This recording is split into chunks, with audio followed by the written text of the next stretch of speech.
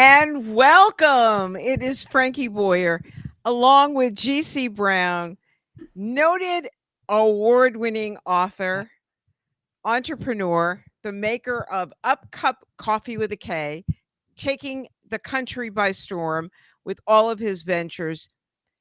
We are committed to bringing you the truth. And we began this podcast with one mission to spill the beans of what's really going on in prison. For those of you new to our show, it's Frankie and the ex-con, the naked truth you deserve to know. GC Brown was wrongly convicted and sentenced to almost 17 years in prison. And the story is a very complicated story, but it really and truly shows that our country has some very serious problems with the penal system.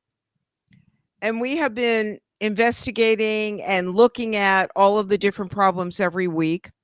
And tonight and today's episode is the truth about food. Now you're saying, the truth about food? Frankie, what are you talking about?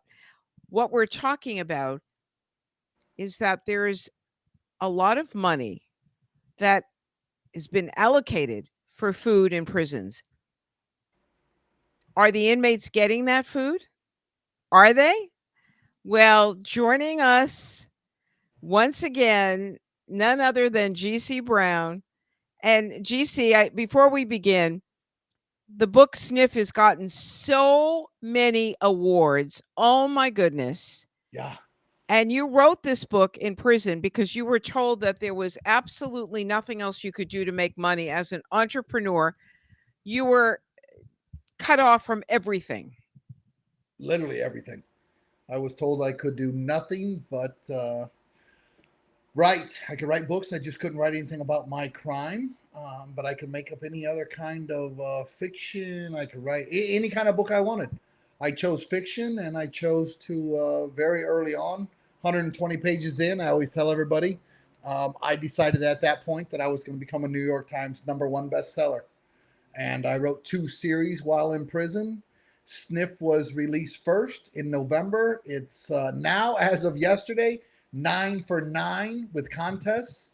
And just yesterday, I was told that I am now a finalist in the Impact Author of the Year 2025 award. So, yeah, yesterday was an amazing day. I actually won 3 awards yesterday, to include Best Cover from 3 different Awesome. contests. Very exciting. Yeah, Congratulations. yeah. Congratulations, as they say. It's wonderful news. Wonderful news.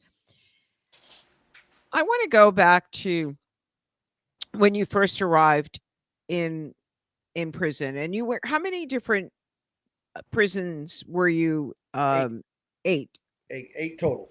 8 total. And where were the locations of them? So I started off obviously in the Miami Detention Center, which doesn't really count. That's just a place you go from being sentenced. You get there when you're sentenced, and then you wait to be designated to whichever prison you're going to. So then I was sent to Texas, to a gang facility uh, in Big Springs, Texas. I went from Texas to Ohio, and then from Ohio to Pennsylvania, from Pennsylvania to Miami, from Miami to South Carolina, from South Carolina to Lompoc, California. So I traveled the gamut. I went all over the country. Wow, you certainly did. And when did you realize that the food was a real problem? Well, in a non-braggart way, I left the streets making pretty big money, so I was used to pretty good food. When I landed in prison, I fought trial from a county jail, which the food's the worst there. That's the bottom of the food barrel. I did that for about 18 months, 15, 18 months. And then I went to detention center, which is actually a federal facility, and the food was not much better. The whole time I was in county, everybody kept saying, because I was held with in the county. So you're mixed with state, you're mixed with feds, you're mixed with everybody. Everybody that was going to state and county continuously said, "Oh, you're going to be fed so good. Wait till you get to the feds. They eat so good." That you heard all these stories about the way it used to be. Yeah. Unfortunately, Yeah. when I came in 2007, a lot of that had ended, and they went to a six. So the government has come in and made six different menus, which last 2 quarters at a time. And whatever region you're in, they can pick from those six different federal menus what they're going to serve at that particular prison. But it's always So the same. I mean, it's so Wednesday. give us an example of what the food was. So on Tuesdays, you're always going to get some sort. It's a chicken patty. You're always going to get a chicken patty. These are the good days. These are the days you go. You're going to eat the chicken patty on Tuesdays. You're going. This is lunchtime. You're going to eat your hamburger and fries, which is like if you remember high school, junior high, it's that type of hamburger. You're going Yeah. to get that on Wednesdays. You're going to get some sort of baked or fried chicken on Thursday. And on Friday, you're going to get fish. Obviously, for religious purpose, they serve fish. Um, and so that's the menu during the day. At night, it's a shifty menu. You never know what you're gonna. You know what you're gonna get because the menu's out, but it's always the same. You're gonna get beans. You're gonna get rice. You're gonna get a little bit of vegetables, and you're gonna get some sort of protein, meat, whatever it might be. That's what you're supposed to get. That's what the menu says you're supposed to get. That's not what you end up getting. That's just what the regional people believe that the federal people believe that you're getting at that particular prison. But keep in mind, Frankie, all the prisons are ran by inmates. No, there aren't cops or COs inside cooking. It's the inmates that are cooking. There's maybe 20, 30 people in the kitchen cooking, doing dishes, pots and pans, sanitation, on and on and on. And there's one or two cops. So they can't see what goes out the back door. They can't see what comes in the front door. No one has any idea what's going on. Everything goes out the back door, which is still a low grade quality, whatever it is. It's the cheapest. In fact, a lot of the boxes throughout the federal system, if you go into the kitchens, and this can be verified anywhere, most of the boxes of food say right on the outside, not for human consumption. And that's what we Oh, get. Yeah, no one knows that, but it actually says you can check it anywhere. It actually says not for human so consumption. this is why I wanted to talk with you tonight. This is why people, and I don't care what kind of crime you have committed, you should not be put in a position to eat crap. And this is what's happening. And I don't think people realize the number of people that are innocent in prison. Number 1, number 2, the amount of crap that's being served. And then if you wouldn't mind sharing, there are a lot of people on the take. And what are they doing with this food if it's not being given to you guys in prison? Yeah, listen, you get COs that are working in there.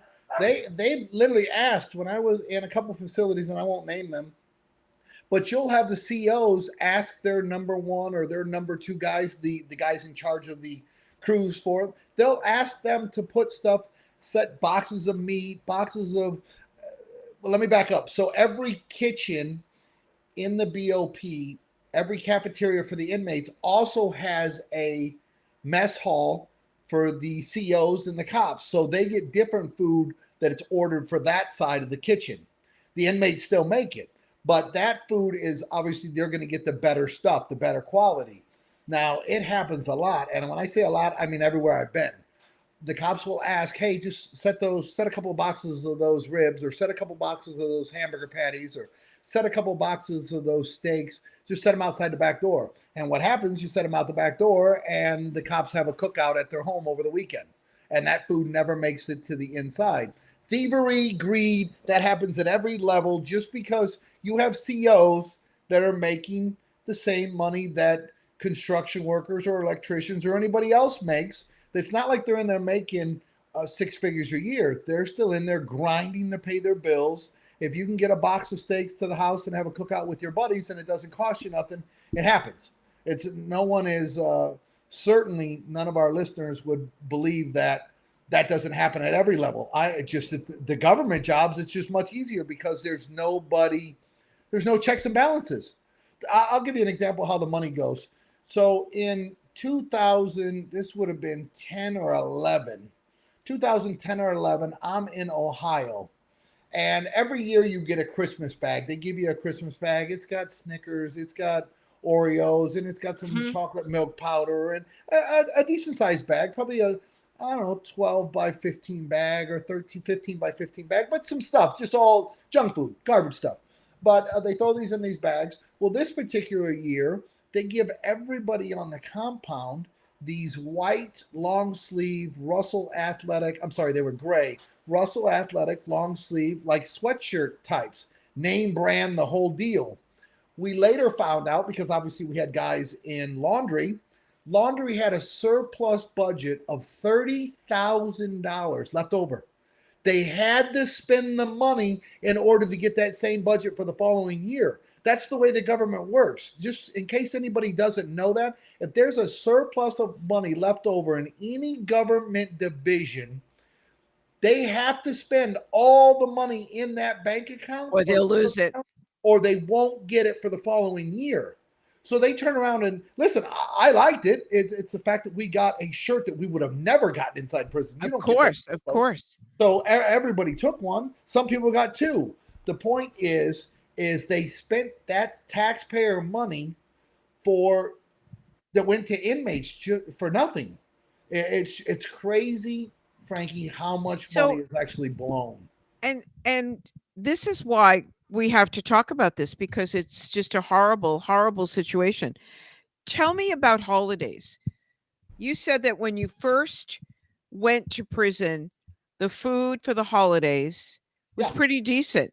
What yeah. happened? What It's called happened? holiday meals. So a couple of things happened. So when I first went in 2007, all the way up to about COVID, even probably a little after COVID. I can't remember exactly when it changed, but you got to inmates look. There's no good meals in prison. Let's just get that out there.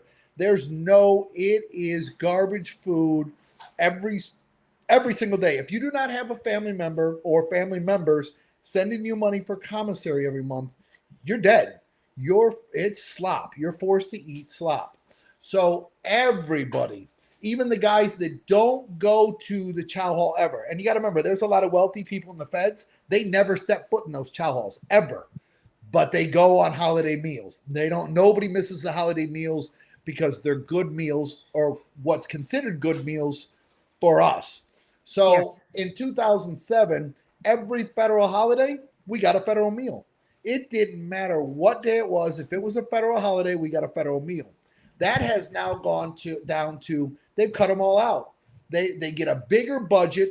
They have less people in prison, and they've cut all those out. And now they get 7 holiday meals a year.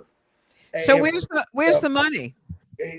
who knows? It's just like where's the rest of the money in all these other government offices? Yes.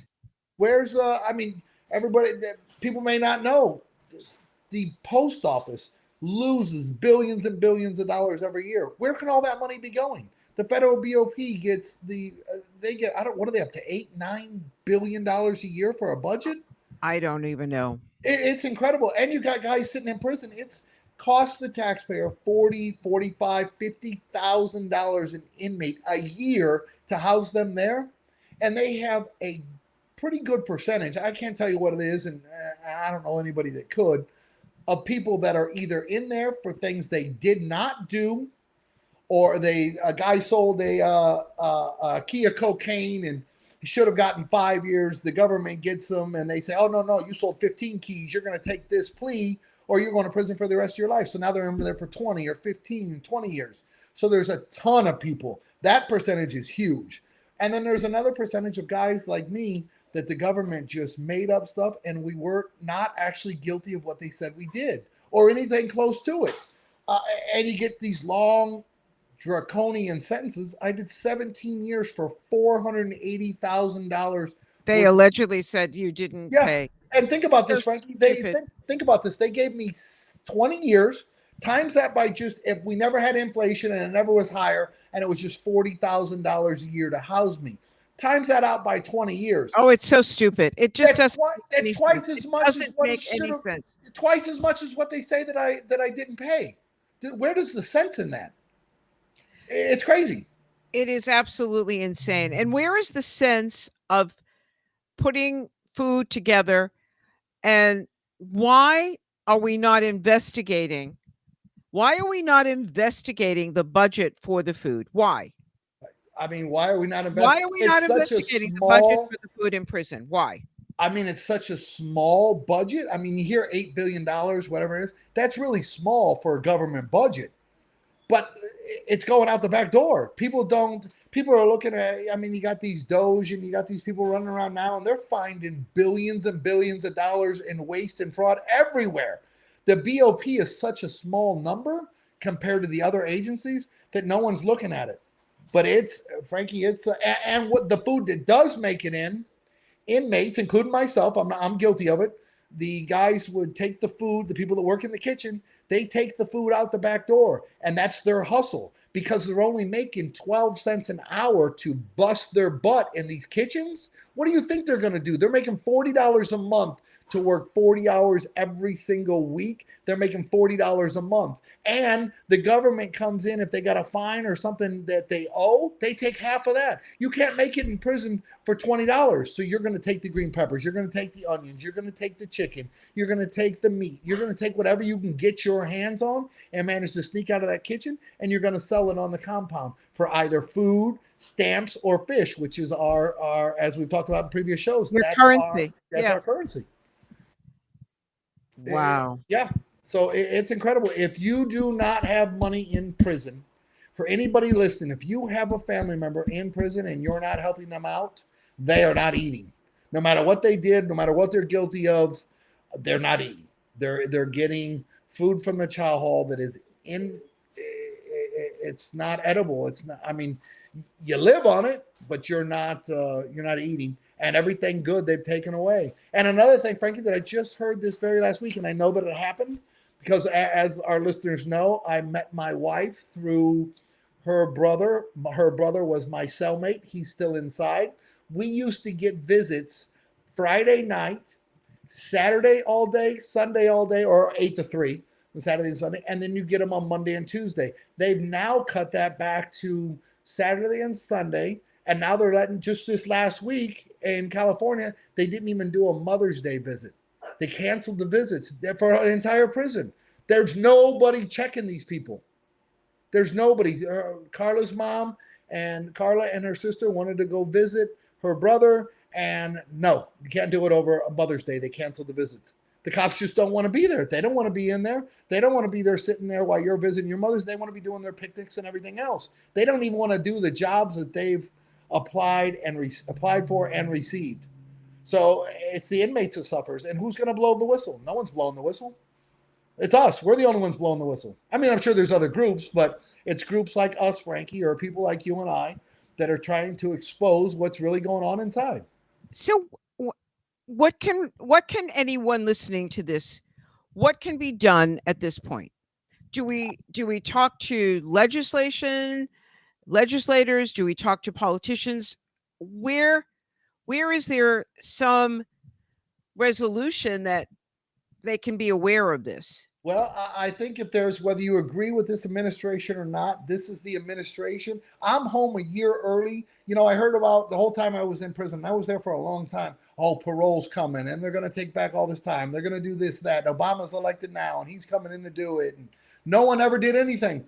The only person that ever did anything for the BOP and the inmates there was Donald Trump. I got a year off for it. Whether you like him or hate him, I got a year off for it. He's back in again. He says he's going to go back in and do some more stuff for the prison systems, and we're hopeful. We're hopeful. He said the last time that they were going to close down all these camps. Do you know how a federal prison camp works? So you're in these camps.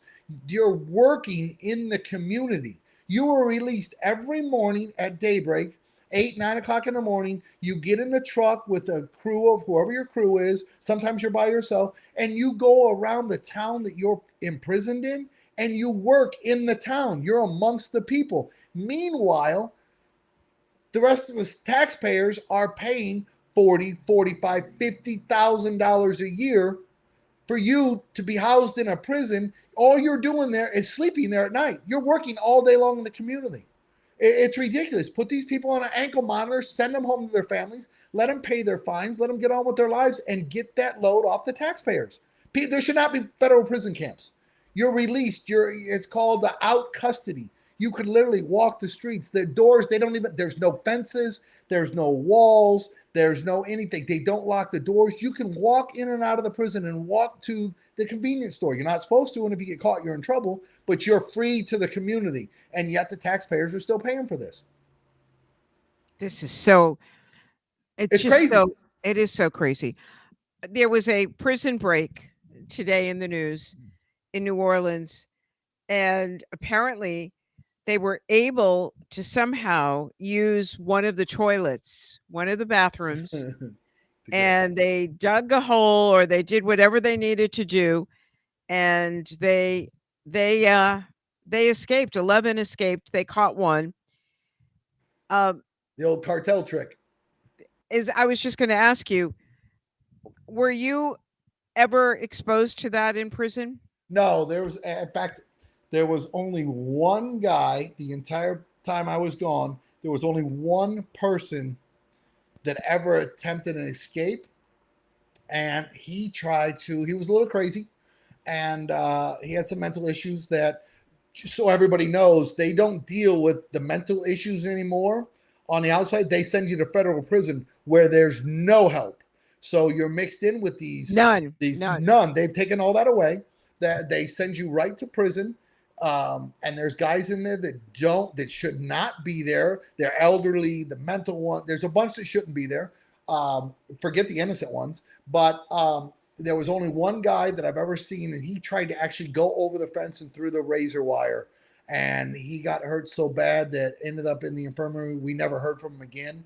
He tried to break out of that prison, so they obviously are going to send him to a different one, but no one knows what happened to him. But he got a little crazy, and he actually was on drugs when he did it. Some of this bath salt, K2 fake marijuana stuff that was going around back then, and freaked out and attempted to escape. Wow, what a Yeah. story. Um while we have you, the Menendez brothers, it's a case that is making headlines. Another zealous DA that absolutely, for whatever reason, he does not want these two brothers to be set free, does he? No, in fact, did I hear it correctly yesterday? I just caught the tail end of it. I don't watch the news anymore because I'm in California and the news is just disgusting. In fact, that we're going to, after this podcast tonight, we're going to a vigil for a 12-year-old little boy that was on my nephew's soccer team that was playing at a park in Compton, and drive-by killed him. Got the wrong Oh, person. Got the so wrong. sad. Yeah, that's California, but So uh, the judge threw 50 him off years. the case and gave them a sentence so that now they're eligible for parole. But 50 years though, right? 50 more Right. years and parole. So what's the parole? Another 20? No, no, no, much sooner. No, no, no. It means that before they had no parole. So Right. now they are up for parole. So that's the big difference. But didn't they say that, did I hear it correctly, that they gave them 50 more years and No, no, parole? no, not no, it's not. Okay. It didn't mean that. No, it meant that it changed everything so that they now are eligible and they can get parole. Right now. Parole right now. Oh, okay.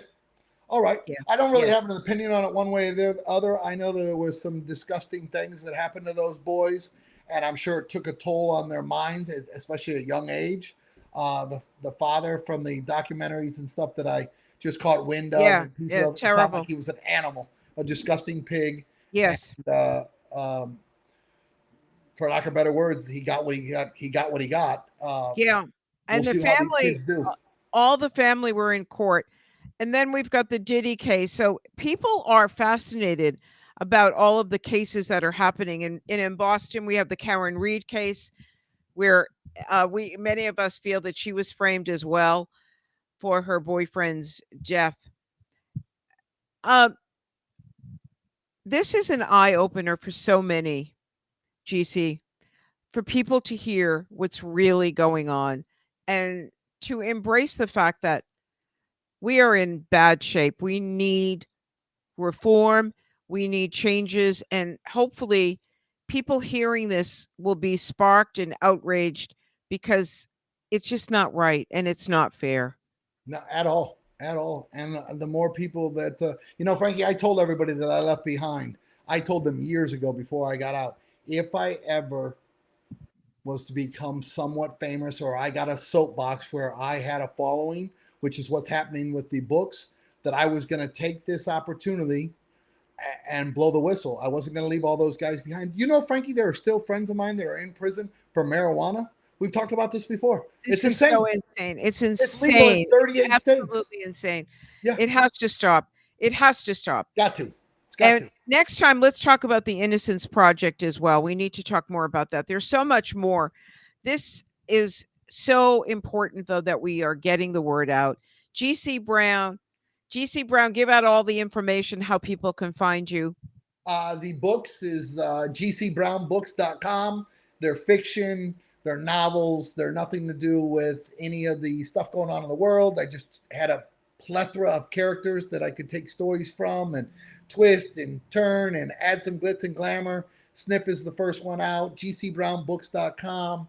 And then Up Cup Coffee, which is a functional mushroom coffee that's actually taking the internet by storm. It's doing extremely well. One of only two brewed coffees out there that are the mushroom coffees. The K pods we can't keep on the shelf at Amazon. That's Up Cup Coffee with the K.com. Check out our site. All the testing's there. The labs are there. The formula's there. The benefits are there. Our story's there. Check it out.